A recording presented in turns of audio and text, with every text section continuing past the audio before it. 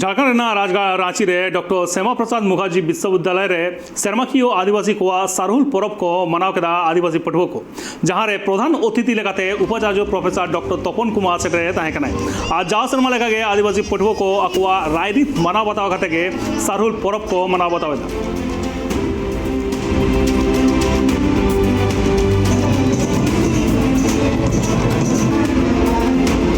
प्रकृति से जुड़ा हुआ एक पर्व है। प्रकृति की पूजा, हम प्रकृति की पूजा करते हैं। सभी त्यौहार, जितने भी त्यौहार पूरे भारतवर्ष में मनाया जाता है, सभी का कुछ न कुछ अर्थ होता है और सभी का करीब करीब उद्देश्य एक ही होता है। लेकिन हम विभिन्न रास्तों के माध्यम से, विभिन्न मार्गों के माध्यम से अपने ढंग से वो पूजा को करते हैं। तो झारखंड में ये सरहुल की पूजा, प्रकृति की जो एक पूजा है, जो हम प्रकृति को पूजते हैं इसलिए कि हमारा जो ये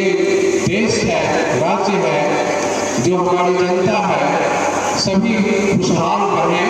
और इसी दिन से इनका नया वर्ष भी शुरू होता है। सरहुल पर्व जो मनाया जाता है वो नए वर्ष के उपलक्ष्य